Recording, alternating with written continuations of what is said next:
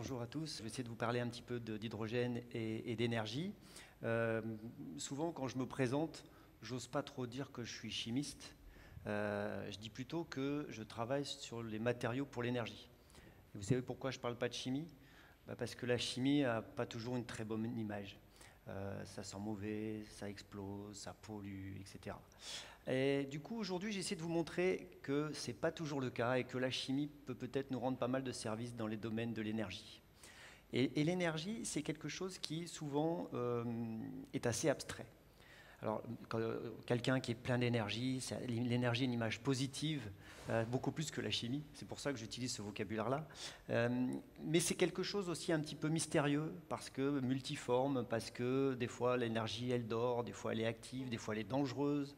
Le feu, la domestication du feu, depuis toujours, ça a été quand même assez compliqué. Et aujourd'hui encore, on veut beaucoup d'énergie, mais il faut être capable de la maîtriser et de la contrôler. Alors, chacun a sa représentation. Moi, j'ai voulu démarrer cette présentation aujourd'hui, du coup, avec des images positives, avec une belle ville, la nuit, et c'est quelque chose de tellement magique, la lumière, toute cette énergie que l'on a, dont on dispose. Mais en fait, comme je l'ai dit, ça peut être en mouvement, ça peut être sous différentes formes. Et comme on est dans un lieu aussi d'art et de culture, je voulais, en deuxième diapo, vous présenter cette œuvre d'art d'un auteur, je dirais, moderne, contemporain, dont le titre c'est Energy Made Visible. Et on voit des traits un petit peu dans tous les sens, des couleurs qui vont à droite à gauche. Et c'est vrai que je trouve que c'est une belle représentation de l'énergie. Alors, si on va de manière un peu plus concrète sur ce qui nous concerne et ce qui fait peut-être l'actualité tous les jours, on se retrouve avec des images qui sont parfois beaucoup moins positives. Vous avez des centrales nucléaires, vous avez le pétrole, les usines avec la fumée, des déchets, des gaz à effet de serre qui sont derrière, et je dirais presque malheureusement, tout ce contexte énergétique, c'est l'actualité tous les jours qui nous entoure, avec des problèmes géopolitiques, d'approvisionnement, des choses comme ça. Et donc aujourd'hui, beaucoup de ces énergies viennent de ressources fossiles qui émettent du CO2, et donc l'énergie n'a pas toujours une image aussi positive que ce que j'ai présenté initialement. Alors, à partir de ces images justement qu'on a en tête, et certaines sont un peu abstraites, il faut revenir aux fondamentaux de finalement les définitions de la physique pour dire et expliquer un petit peu ce que c'est que cette énergie. En réalité, c'est une grandeur qui permet de caractériser un changement d'état d'un système. Et quand on voit toutes les variations de changement d'état que l'on peut imaginer, c'est quelque chose qui est multiforme, qui a beaucoup d'aspects et qui concerne en fait un grand nombre de domaines de la physique. Et évidemment, je serais incapable de vous faire une conférence sur chacun de ces domaines, parce qu'ils sont très très vastes. Mais on peut facilement imaginer des changements de température qui correspondent à des énergies thermiques, des changements de vitesse pour des objets en mouvement, une énergie cinétique avec, je sais pas, un camion qui serait lancé à 100 km/h. Le changement de composition chimique, et ça c'est ce qui va nous intéresser plus spécifiquement par rapport à cette maquette, dans le sens où la chimie, la liaison chimique contient de l'énergie, et on peut modifier des réactions chimiques pour récupérer une certaine énergie. La combustion en fait partie, d'ailleurs la combustion elle est un petit peu à cheval entre énergie thermique et énergie chimique. Ensuite vous avez des choses qui concernent plus la physique, et quand je présente ça fait beaucoup rire les étudiants. Des corps qui se repoussent, des corps qui s'attirent, etc. Bon, vous voyez ce que je veux dire? Non, je parle de planètes là, je parle de gravité, je parle de ces énergies gravitationnelles qu'on appelle des énergies potentielles, dans des champs gravitationnels. Ensuite, vous avez la composition jusqu'à l'atome, le noyau, et là, ça va concerner toutes les énergies de type nucléaire. Et enfin, encore un autre domaine, apparition, disparition d'un rayonnement. J'espère avoir été assez exhaustif, mais vous voyez que déjà, là, avec ces 6 domaines, on couvre un panel de formes d'énergie très très différentes et très complexes. Alors, une fois qu'on a parlé de cette transformation, il faut bien être conscient qu'en réalité, on ne produit pas d'énergie. On ne produit jamais d'énergie, c'est un abus de langage. En fait, on ne fait que des transformations d'une énergie initialement sous une première forme en une autre. Donc on va transformer un système et au passage, on espère en tirer un bénéfice pour nous, pour notre mode de vie, pour se transporter, pour se chauffer, pour se nourrir, etc., pour avoir un bon café ou une bonne douche chaude le soir quand on rentre à la maison. Et du coup, cette transformation, elle va forcément entraîner une modification du système.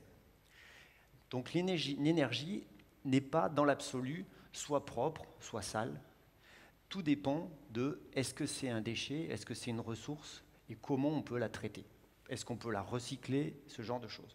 Et c'est ce que je vais essayer de vous montrer dans cette petite conférence. Alors il y a une autre notion qui est assez importante. Hop, je ne vais pas vous tourner le dos, mais la zapette elle est derrière moi. Une autre notion importante, c'est l'idée d'un système clos. Pendant très longtemps, dans l'histoire de l'humanité, on a considéré que la Terre, c'était un système ouvert. Et que si on polluait un petit peu ici, dans l'océan, ce n'était pas très grave, parce que ça allait se diluer dans un volume énorme, et pour les gaz, c'est la même histoire. En fait, on se rend compte que non.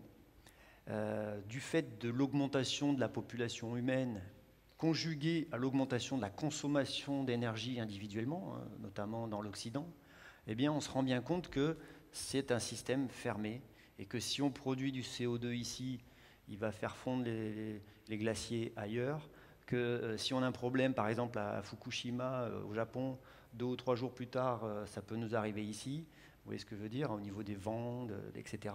Et que donc on est tous dans le même bateau. Ensuite, il y a une autre chose, c'est que les énergies utilisées par l'homme n'a jamais été autre chose qu'une transformation d'une ressource qu'on a trouvée dans notre environnement et qu'on a transformée pour améliorer notre mode de vie. Et il faut bien reconnaître que l'énergie est souvent associée à un indice de santé, de qualité de vie, et même d'opportunités de communication, de transport, etc., etc. Alors, dans ce contexte, évidemment, il y a les énergies renouvelables, toutes ces énergies qui sont très très à la mode actuellement.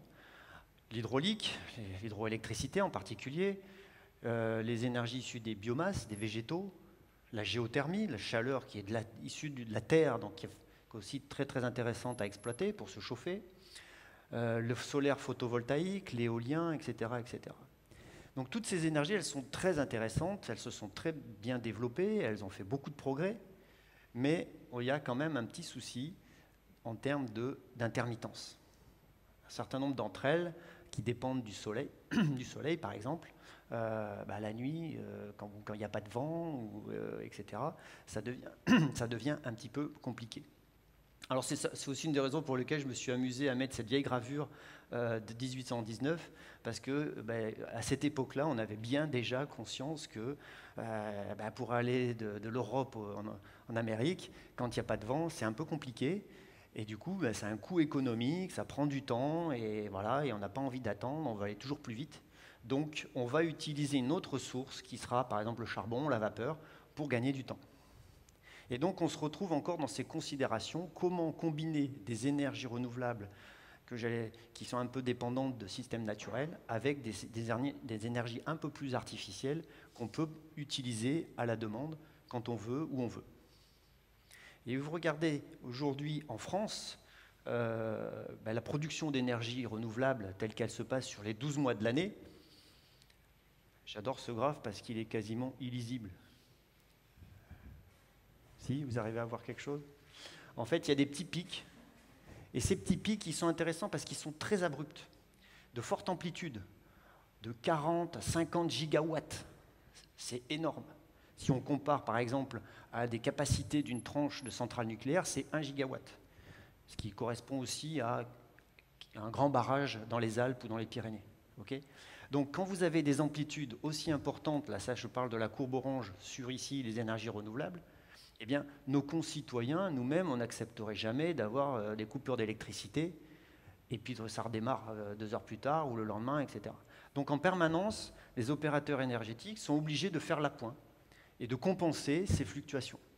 Donc vous voyez que c'est dans des amplitudes très très importantes avec des temps courts. Et du coup, se pose directement la problématique du stockage.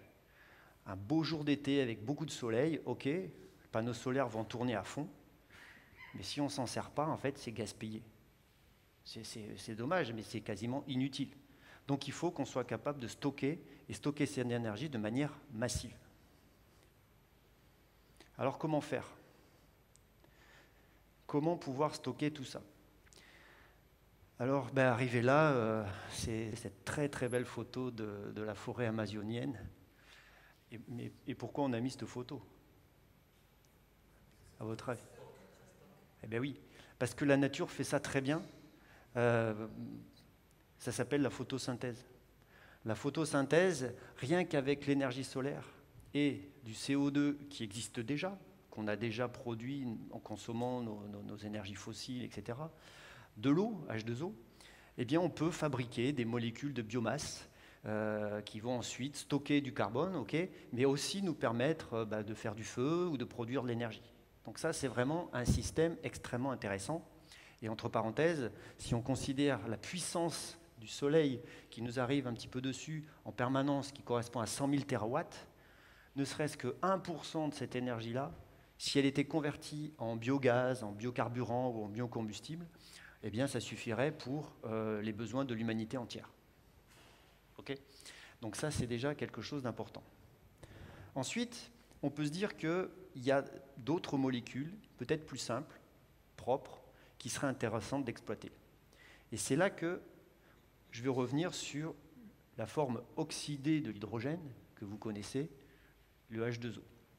Cette molécule, en fait, elle est très stable, et on va dire qu'elle correspond à un niveau d'énergie chimique qui est bas.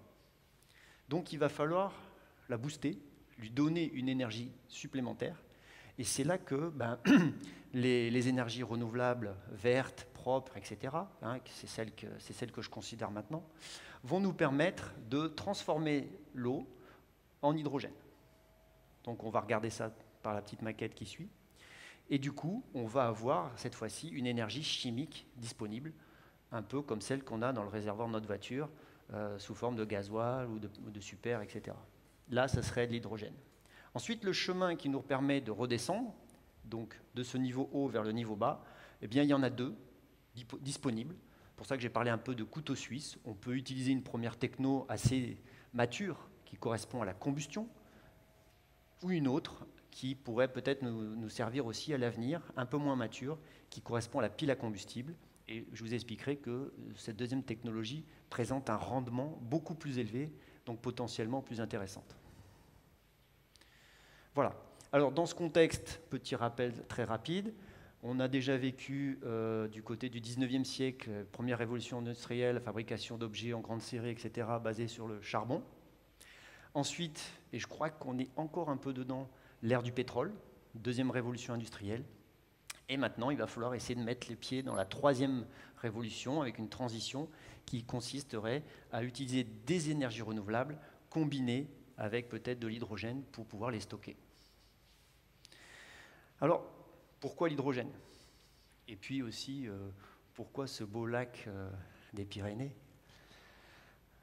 D'abord parce que je suis un peu montagnard, j'adore les Pyrénées, j'adore les lacs, mais c'est surtout que, vous avez compris, on va essayer de fabriquer l'hydrogène à partir de l'eau. Alors, il y a monsieur tout à l'heure qui me parlait d'hydrogène blanc, de manière très pertinente, qui correspond à un hydrogène naturel, qui existe sous réserve en sous-sol. Donc on envisage de l'exploiter. Mais aujourd'hui, la majeure partie de l'hydrogène qu'on utilise, il va falloir le fabriquer, et on peut pas tout à fait considérer que c'est une source d'énergie primaire. Il faut une énergie primaire pour faire l'hydrogène. Et c'est sur ce modèle-là qu'on va travailler aujourd'hui. Même si c'est très intéressant d'avoir de l'hydrogène demain qui sortirait de terre avec un tuyau et qu'on n'a plus qu'à utiliser. Alors, dans toute objectivité, on va essayer de faire le bilan de cette molécule. Elle a des avantages, elle a aussi des inconvénients, on va voir ça, parce que, oui, il y a un certain nombre de points qu'il va falloir relever. Dans les points positifs, vous voyez que c'est à peu près 2 à 3 fois plus intéressant que le pétrole en termes de densité massique d'énergie. En gros, un litre d'essence, c'est 10 kWh, un litre, 1 kg d'essence, alors qu'un kilo d'hydrogène, c'est 33 kWh. Donc après, l'essence, on peut discuter, est-ce que c'est du super, est-ce que c'est du gasoil, est-ce que c'est, selon le type de molécule d'hydrocarbures que vous avez, ça va d'un facteur 2 à un facteur 3 par rapport au pétrole. Vecteur propre, non polluant, non toxique, ça, je pense que c'est assez évident. Et puis derrière, on sait déjà le produire, le stocker, le transporter dans des tuyaux, dans des pipelines, et puis l'utiliser après, comme je l'ai dit tout à l'heure, dans un moteur à combustion ou dans une pile à combustible. En ce qui concerne les handicaps, et là je reconnais que si j'étais ingénieur en aéronautique, j'aurais peut-être quelques nuits blanches. On nous parle souvent de l'avion à hydrogène. Ce qu'il faut savoir, c'est que pour embarquer la quantité d'énergie équivalente au kérosène, sous forme d'hydrogène, à pression atmosphérique, ça voudrait dire qu'on a un réservoir qui est aussi grand que la carlingue, même peut-être plus. Donc le réservoir est plus grand que l'avion. Donc il va falloir le mettre sous pression. Déjà, ça coûte de l'énergie de comprimer un gaz. Et encore, ça ne suffira pas. Donc il faudra peut-être même le mettre liquide. Moins 250 degrés pour avoir de l'hydrogène liquide. Déjà, ça coûte de l'énergie. Et en plus, pour qu'il reste liquide, il faut un réservoir avec des doubles parois, isotherme, etc. Donc il va être lourd. Donc là, il y a un gros challenge. Ce challenge, il vient du fait que la densité d'énergie volumique est faible. Il est très léger, mais il a un gros volume. Ensuite, il faut le fabriquer. Comme je vous ai dit, il y a des projets exploratoires sur d'hydrogène naturel, mais aujourd'hui, il faut le fabriquer. Et donc, c'est un coût plus élevé, d'à peu près un facteur 3 par rapport au gaz naturel, à l'heure où on se parle. Alors bon, la géopolitique et l'économie de l'énergie sont très très fluctuantes, comme vous savez, donc je ne veux pas mettre ma tête à couper sur ces chiffres, mais il va falloir progresser pour baisser les coûts, ça c'est indéniable. Cela dit, on peut penser que l'hydrogène, à un moment donné, il va être produit ici, stocké ici, consommé ici, et génère une économie locale, avec des emplois locaux, etc., etc. Donc c'est un modèle qui est quand même assez différent. Les analyses technico-économiques, environnementales et autres, c'est le début.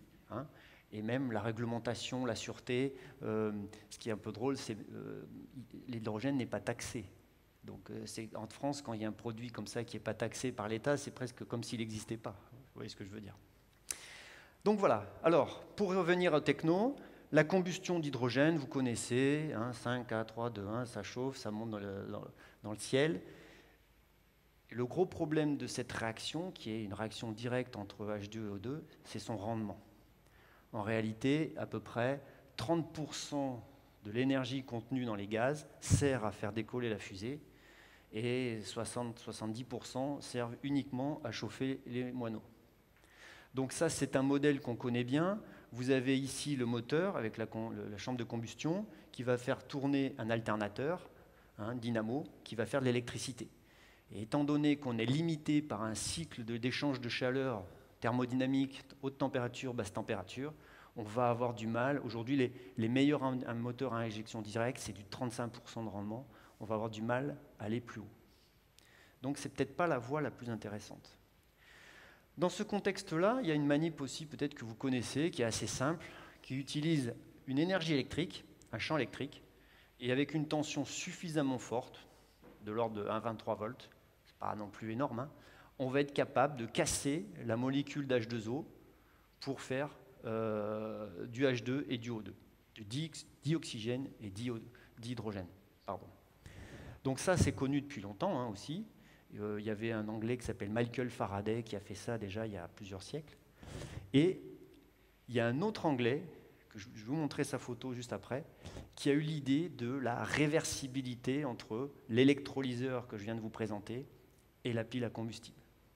La pile à combustible, c'est une boîte noire, on va dire, avec une membrane qui sépare parfaitement les deux gaz.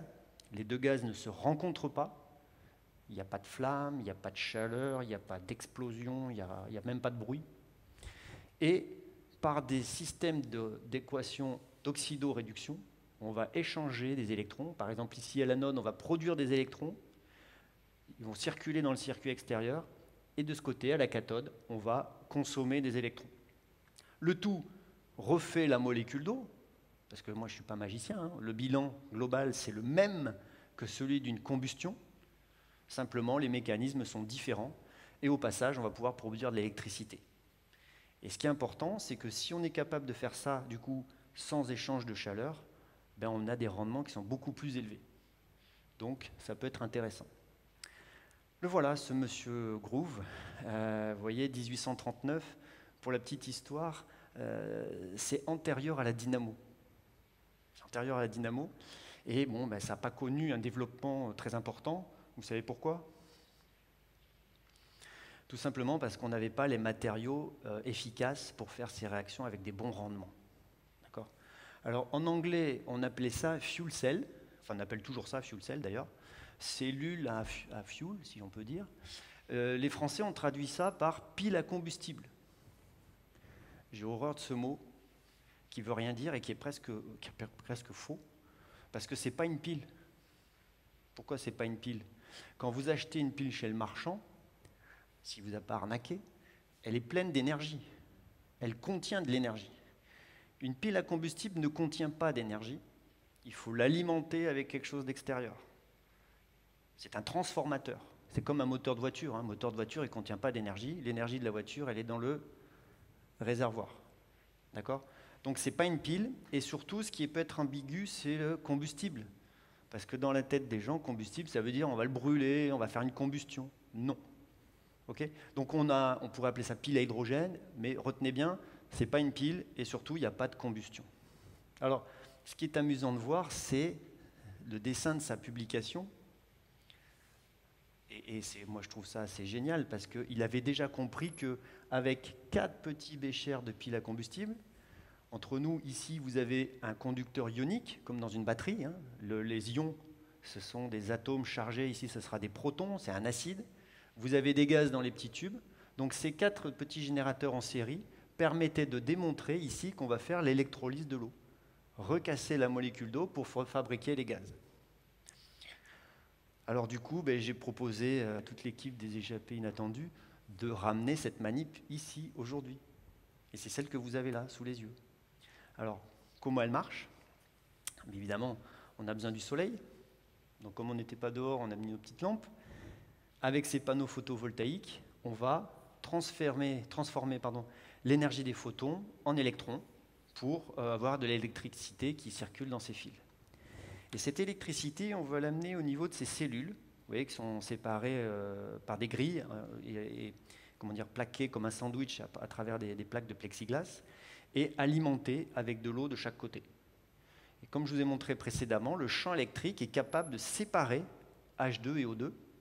Et la membrane que l'on a mis à l'intérieur, et ça fait l'objet de nos travaux de recherche dans le laboratoire, nous permet de séparer les 2 gaz. Donc chacun a son chemin, chacun fait sa vie. En réalité, ils sont fabriqués de part et d'autre de la membrane. Du coup, peut-être vous pouvez voir des petites bulles qui montent dans ces colonnes pour qu'on puisse visualiser exactement la production. Et étant donné que les 2 bouchons qui sont ici sont fermés, on pourrait stocker nos gaz dans une cuve. C'est ce qui se fait par exemple dans des endroits isolés où le réseau électrique est difficile et coûteux, etc. Donc les gens ils peuvent vivre en autonomie avec ce système. Et puis quand on en a besoin, on ouvre les vannes et les gaz arrivent de ce côté ici, où on a quasiment les mêmes électrodes, les mêmes membranes, un peu modifiées parce qu'on va faire les réactions dans l'autre sens. Vous savez, en chimie, on ne parle pas de l'inverse, hein, on ne parle pas de l'opposé. Moi, je dis souvent aux étudiants, la voiture, elle marche aussi en marche arrière. Mais heureusement qu'on ne va pas à la même vitesse à la marche arrière. Donc, il faut adapter les matériaux qui sont de ce côté. Vous avez compris que c'était le même principe, mais des conditions sont un peu différentes. Et là, qu'est-ce qui se passe? On va rééchanger des électrons et des ions pour reformuler des molécules d'eau et générer un courant électrique. Et donc, c'est ça qui fait tourner mon petit moulin. Alors, jeudi dernier, on avait des jeunes, etc., qui posaient plein de questions très dynamiques et très vives. Mais ils m'ont dit, mais monsieur, mais pourquoi on ne brancherait pas le moulin directement sur les panneaux photovoltaïques? Logique. C'est pertinent, nos jeunes. Et alors, c'est ce que j'ai fait. Je dis, ok, d'accord, on y va. Est-ce que ça va marcher? Alors, ils hésitent quand même, hein, ils font un petit coup aux copains. Ah ben oui, ça marche. Et t'as vu, ça marche même mieux. Le moulin, il tourne encore plus vite. Ah oui, c'est logique. Pourquoi? Parce qu'à chaque étape de transformation, je vous ai dit, ça ne chauffe pas, ceci, cela, et je vous ai vendu un super rendement. vous m'avez cru. Bon, aujourd'hui, on travaille encore pour améliorer le rendement. Le rendement d'un électrolyseur comme celui-ci, il est autour de 80%. Le panneau photovoltaïque, il est dans les 10% de rendement. Et la pile à combustible, elle, 45%. Donc à chaque fois, on a des pertes. Alors, l'image des chercheurs au CNRS, vous savez ce que c'est? C'est un peu des savants fous. Ok, ils ont fait toute cette usine à gaz, mais ça ne servait à rien de faire tout ce bazar là, alors que ça marchait très bien ici. Eh oui. Alors j'aurais dit, moi, bon, j'aime bien regarder le foot le soir à la télé. Si je dois compter sur mon panneau photovoltaïque, c'est presque immédiat. Mais du coup, est-ce que si je rebranche mon moulin là-bas, ça peut marcher? Ouf. Ah, mais ça marche quand même. Tant que, en réalité, mes petits réservoirs sont pleins, ça va fonctionner. Et je ne vous cache pas que, en réalité, ici, vous voyez, les petits bouchons de circulation du gaz sont ouverts. Donc je ne suis pas fermé, je ne suis pas en sous pression. Je ne sais pas si ça vous inquiète ou pas, l'hydrogène sort dans la pièce. Mais c'est un gaz qui est tellement petit qu'il va traverser le plafond, il va traverser le béton, il va s'échapper là-haut. Donc vous ne risquez rien. Quoi qu'il en soit, voilà, on a cette technologie qui peut nous permettre de stocker de manière assez massive, parce que assez simple, dans des réservoirs et de les transporter. Un gaz qui est fabriqué à partir d'une ressource propre et dont l'utilisation n'est pas toxique, n'est pas polluante, ce genre de choses. Alors, à partir de là, je me suis dit, tiens, est-ce qu'on ne pourrait pas faire ça aussi avec ce fameux dioxyde de carbone, hein, vous savez, le truc que personne n'aime, dont tout le monde veut se débarrasser, parce que lui aussi, il est en bas, là. Mais la photosynthèse a réussi à le valoriser. Donc, on va prendre le même schéma. On va prendre une énergie propre, on va en faire avec, par exemple, une combinaison, et ça, on a eu la chance de le faire au laboratoire, je dirais parmi les premiers au monde à le valider de manière expérimentale, avec une coélectrolyse CO2 plus H2O, on a montré qu'on pouvait faire du CH4, du méthane. Alors il faut de l'énergie, hein. Ça ne se fait pas tout seul, il faut un peu de température, il faut un peu de champ électrique, mais on peut le faire. Et donc ce que peut-être la nature a mis des millions d'années à fabriquer, ces fameux hydrocarbures, moi personnellement le pétrole j'aime bien. Hein. Si j'étais capable de faire du pétrole avec du CO2 qui existe déjà, sans aller creuser dans la terre, il faut reconnaître que c'est quand même pratique. 1 litre, on met ça dans un réservoir, on part et hop. Le problème c'est qu'il faudra le faire avec du CO2 qu'on a déjà. D'où l'idée d'utiliser ces énergies propres, par exemple solaires, pour en faire une molécule chimique qui sera intéressante. Il n'y a pas que le méthane, hein, il y en a d'autres, hein, des hydrocarbures, il y en a toute une famille. Et du coup, oula, mais il faut que je rebranche mon truc, sinon ça ne va plus marcher. Hein. Et du coup, on pourrait stocker, refaire un hydrocarbure comme on veut. Alors ça, entre parenthèses, si vous mangez un morceau de sucre, vous le savez très bien, la molécule de saccharose, elle a 22 hydrogènes. Donc qu'est-ce qui se passe dans le métabolisme humain? Quand vous respirez et autres, vous êtes vous-même une pile à combustible. Hein, bonne nouvelle. Enfin, je ne sais pas si c'est une bonne nouvelle, mais vous avez 22 liaisons hydrogènes qui sont cassées, qui vont nous faire des électrons et qui vont nous faire le métabolisme humain. Mais évidemment, vous pouvez soit l'envoyer dans une pile à combustible, soit dans un moteur à combustion. Et c'est là que la notion de couteau suisse est intéressante parce que c'est flexible. Il y a plusieurs technos qui sont des bonnes candidates pour utiliser ces molécules. Du coup, on avait parlé de l'effet de serre au début, non? Vous vous souvenez? Qu'est-ce que c'est qu'un gaz à effet de serre? Qu'est-ce que c'est qu'une énergie propre, une énergie sale? Vous savez que l'eau, les nuages, c'est quand même le premier gaz à effet de serre. Hein. Et quand il y a une belle nuit étoilée en plein hiver en haut d'une montagne où il fait moins 20 degrés, vous le savez très bien. Parce que quand il y a des nuages, il fait plus chaud. C'est à cause des nuages, de l'eau. Alors, je caricature un petit peu, mais du coup, 10%, ça c'est l'activité humaine, en plus de ce qui se passe naturellement, et ça c'est quand même un problème. Le CO2 a un effet de serre de 65% lié à l'activité humaine, Et après, il y en a d'autres. Je crois que celui-là, c'est celui des vaches dans l'agriculture. Enfin bon, je trêve de plaisanterie. Donc on voit tout de suite que y a des nuages, il y a des gaz, il y a des déchets, mais il faut que ces déchets, on soit capable d'en faire une ressource et d'en faire quelque chose qui nous intéresse, surtout si on veut garder un certain mode de vie, un certain confort. Alors, je vais terminer cette petite présentation avec une question en forme de blague et avec des belles images que j'ai trouvées aussi sur Internet pour illustrer le côté artistique de tout ça. Comme les nuages provoquent un effet de serre, est-ce qu'on ne pourrait pas finalement utiliser ces nuages pour recycler des énergies et stocker des énergies renouvelables? C'est bien ce qu'on fait avec du H2O et du CO2. Merci beaucoup pour votre attention. Bon après-midi.